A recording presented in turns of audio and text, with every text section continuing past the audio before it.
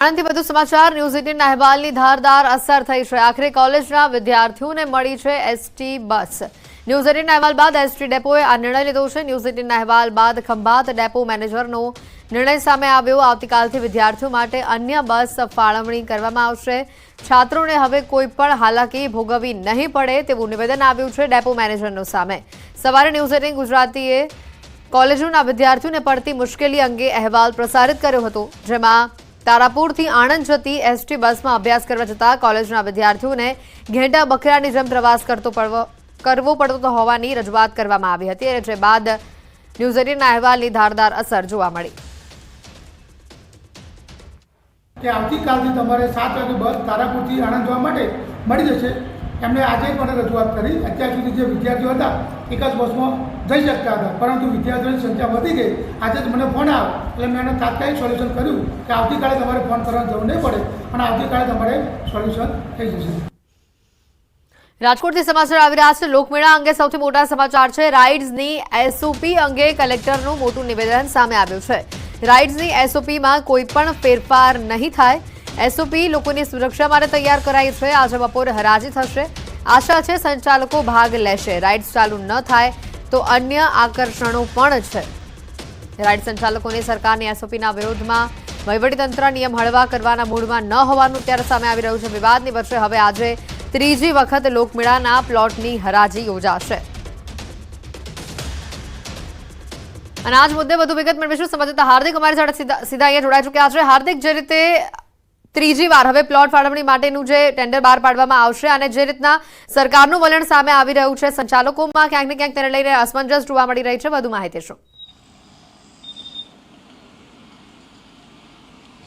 ચોક્કસથી રાજકોટના લોકમેળાને લઈને છેલ્લા કેટલાય સમયથી વિવાદ ચાલી રહ્યો છે। એક તરફ સરકાર દ્વારા એસઓપી બહાર પાડવામાં આવી છે, જેમાં 3 નિયમ એવા છે કે જે રાઇડ સંચાલકો જે છે નિયમ પાળવા માટે તૈયાર નથી, તો બીજી તરફ કહી શકાય કે વહીવટી તંત્ર છે તે નિયમોને લઈને અડગ છે। ત્યારે આજે રાજકોટ જિલ્લા કલેક્ટર દ્વારા એ સ્પષ્ટ કરી દેવામાં આવ્યું હતું કે એસઓપી છે તેમાં કોઈ જ પ્રકારનો ફેરફાર નહીં થાય। બીજી તરફ રાઇડ સંચાલકોનું કહેવું છે કે જો એસઓપી પ્રમાણે હરાજી થશે તો તેઓ હરાજીમાં ભાગ નહીં લે। અગાઉ 2 વખત જે છે એ રાજકોટના લોકમેળા માટેની હરાજી યોજાઈ હતી, પરંતુ ક્યાંક ને ક્યાંક રાઇડ સંચાલકોના વિરોધના કારણે હરાજીમાં રાઇડ સંચાલકોએ ભાગ નહોતો લીધો। ત્યારે આજે ત્રીજી વખત આ જે છે હરાજી થવાની છે। ત્યારે આજે સૌથી મોટો સવાલ એ છે કે જો આ કલેક્ટરે પોતાનું વલણ સ્પષ્ટ કરી દીધું છે, ત્યારે હવે રાઇડ સંચાલકો છે તે ભાગ લેશે કે નહીં તે સૌથી મોટો સવાલ છે। અને જો રાઇડ સંચાલકો હરાજીમાં ભાગ નથી લેતા તો આગામી સમયમાં રાજકોટના લોકમેળામાં રાઇડ હશે કે કેમ તેવા અનેક સવાલો પણ ઉઠી રહ્યા છે। ત્યારે હવે તંત્ર છે આ સમગ્ર મામલે શું પગલું લઈ રહ્યું છે, શું કાર્યવાહી કરી રહ્યું છે, તે પણ સૌથી મોટો સવાલ છે। જી હાર્દિક, સંચાલકો સાથે આપણે વાત કરી, તેઓના નિવેદન કયા પ્રકારના અત્યારે સામે આવી રહ્યા છે? તેઓ આ બેઠકમાં હાજરી આપશે કે નહીં આપે? ચોક્કસથી રાઇડ સંચાલકો આજે જે 3 વાગ્યે હરાજી થવાની છે, હરાજીના સ્થળ ઉપર તો જશે, પરંતુ જે રાઇડ સંચાલકો છે તે પણ પોતાના નિયમને લઈને અડગ જોવા મળી રહ્યા છે। તેઓનું કહેવું છે કે આ 3 નિયમો છે અલગ અલગ તે જે છે એ પાળવા માટે અશક્ય છે, તેમના માટે અઘરા છે, અને આ નિયમને લઈને તેઓ આગામી સમયમાં મુખ્યમંત્રીને પણ રજૂઆત કરશે। ગાંધીનગર ખાતે પણ તેઓ રજૂઆત કરશે, કેમ કે રાઇડ સંચાલકોનું કહેવું એવું છે કે ન માત્ર રાજકોટ પરંતુ ગુજરાતભરમાં જે લોકમેળાઓ યોજાતા હોય છે તેમાં જે છે એ અનેક લોકોની રોજીરોટી છે તે પણ ક્યાંક ને ક્યાંક જે છે એ લોકમેળાને આધારે હોય છે। મેળાઓ યોજાતા હોય છે તેમાં 50,000 કરતાં પણ વધુ લોકોની રોજીરોટી છે જે રાઇડ સાથે સંકળાયેલા લોકો હોય છે એમની હોય છે।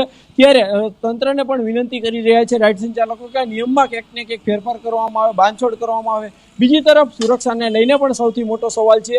ત્યારે જે છે તંત્ર અને રાઇડ સંચાલકો વચ્ચેની એક મડાગાંઠ છે હજુ પણ ઉકેલાણી નથી। ત્યારે હવે જે છે આ આગામી સમયમાં કે જ્યારે આગામી 24 ઓગસ્ટે લોકમેળો યોજાવાનો છે, જેની તૈયારીઓ પણ હવે ચાલી રહી છે, ત્યારે શું કાર્યવાહી થાય છે તેના પર પણ સૌની કોઈની નજર રહેશે। જી બિલકુલ, આભાર હાર્દિક માહિતી બદલ। વિવાદની વચ્ચે આજે ત્રીજી વખત લોકમેળાના પ્લોટની હરાજી યોજાશે। 3:30 વાગે જે રાઇડ્સ છે એની હરાજી રાખવામાં આવેલ છે। જે સરકારશ્રીના એસઓપી છે એ નાગરિકોની સુરક્ષાને ધ્યાને લઈને બનાવવામાં આવેલા છે અને જેમાં કોઈ ફેરફાર શક્ય નથી। મને ઉમ્મીદ છે કે આ વાતને રાઇડ સંચાલકો સમજી આ હરાજીમાં આગળ વાત કરીએ તો સૌરાષ્ટ્રમાં સાતમ આઠમનો પર્વ ધામધૂમથી ઉજવાતો હોય છે અને ખાસ કરીને આ તહેવારોમાં મેળાનું અનોખું મહત્વ હોય છે, પરંતુ આ વર્ષે સ્થિતિ અલગ જોવા મળી રહી છે। રાજકોટ ટીઆરપી ગેમ ઝોન દુર્ઘટના બાદ સરકારે કડક નિયમો બનાવ્યા છે અને આ કડક નિયમોના કારણે મેળાઓને મંજૂરી નથી મળી અને જેના કારણે મેળામાંથી કમાણી કરતા અનેક શ્રમિકો પર આર્થિક સંકટ તોડાઈ રહ્યું છે। મોરબીમાં છેલ્લા 12 વર્ષથી મેળાનું આયોજન કરતા યંગ ઇન્ડિયા ગ્રુપનું કહેવું છે કે અમે તમામ નિયમોને પાળવાની તૈયારી બતાવી છે, તેમ છતાં હજી સુધી મંજૂરી મળી નથી।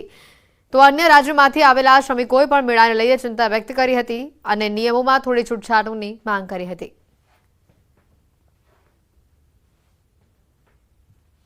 ગ્રુપ દ્વારા છેલ્લા 12 વર્ષ થયા મેળાનું આયોજન થઈ રહ્યું છે અને આ વખતે પણ મેળાનું આયોજન કરી રહ્યા છીએ। ત્યારે આપણે સૌ જાણીએ છીએ કે જે રાજકોટના ટીઆરપી દુર્ઘટના બાદ રાજ્ય સરકાર દ્વારા જે નિયમોનું પાલન કરવાની જે સૂચનાઓ અને એસઓપી આવી છે તે અનુસાર અહીંયા પણ આપણે મેળાના આયોજનમાં જે કંઈ પણ નીતિ નિયમો છે તેનું સંપૂર્ણપણે પાલન થાય તેવી વ્યવસ્થા કરેલ છે।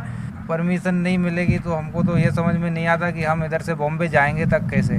ना हमारे पास भाड़ा तो छोड़ो, खाने का पैसा नहीं हम लोगों के पास। बच्चों का एडमिशन करवाना था, उसके पैसे नहीं है। 3 महीने से मेला बंद पड़ा है। सरकार से निवेदन है कि कुछ थोड़ा बहुत ऐसा नियम कर ले कि जिससे हम लोगों की रोजी रोटी चालू हो सके।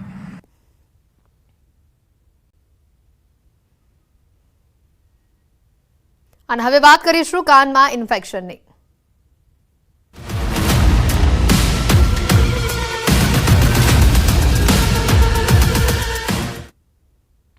આ સમાચાર એ દરેક ગુજરાતી માટે મહત્વના છે। ચોમાસાની ઋતુમાં જો તમને કાનની અંદર ખંજવાળ આવે છે તો જરા પણ ગફલતમાં ન રહેતા, કારણ કે આ ખંજવાળ કોઈ બીમારીની નિશાની હોઈ શકે છે। જી હા, પાણીજન્ય મચ્છરજન્ય રોગચાળા બાદ હવે વધુ એક બીમારીએ માઝા મૂકી છે। ભેજવાળા વાતાવરણના કારણે હાલ કાનમાં ફૂગ થવાના કેસો વધી રહ્યા છે। અમદાવાદ સોલા સિવિલ હોસ્પિટલની ઈએનટીની ઓપીડીમાં 10% વધારો જોવા મળ્યો છે, પરંતુ સવાલ એ ઊભો થઈ રહ્યો છે કે આખરે આપણા કાનમાં ફંગસ થાય છે તો કેવી રીતે જાણી શકાય? તબીબોના મતે 3 લક્ષણોથી જાણી શકાય છે તમારા કાનમાં ફંગસ થયું છે કે નહીં। જો વારંવાર કાનમાં ખંજવાળ આવતી હોય, જો કાનમાંથી પ્રવાહી નીકળે છે અને કાનમાં દુખાવો થતો હોય તો ડોક્ટરની સલાહ તરત જ લેવી। ભેજના કારણે પાણી પડવાના કારણે કાનમાં ફૂગ થઈ જાય છે અને ફૂગ એ ઘર કરી જાય છે। વળી કાનમાં દુખાવો થાય તો ઘણા લોકો ઘરગથ્થુ ઉપચાર પણ કરે છે, જેમ કે લસણવાળું તેલ નાખવા જેવા ઉપચારો। જો કે આ બાબતે પણ તબીબોએ ખાસ સૂચન કર્યું છે। આપણી પાસે આપણને કઈ રીતે ખબર પડે કે આપણા કાનમાં ફૂગ થઈ છે? તો એક, કાનમાંથી પ્રવાહી નીકળે; 2, તરત જ કાનમાં દુખાવો થાય। હવે કાનમાં દુખાવો થાય તો દરેક વખતે તમે જો ગામડામાં કોઈકને પૂછશો તો પહેલું કહેશે કે લસણવાળું તેલ ગરમ કરીને નાખો। ના, એવું નથી હોતું। આપણે કાનમાં જ્યારે પણ આવો દુખાવો થાય ત્યારે તરત જ ઈએનટી ડોક્ટર પાસે જવું જોઈએ, કારણ કે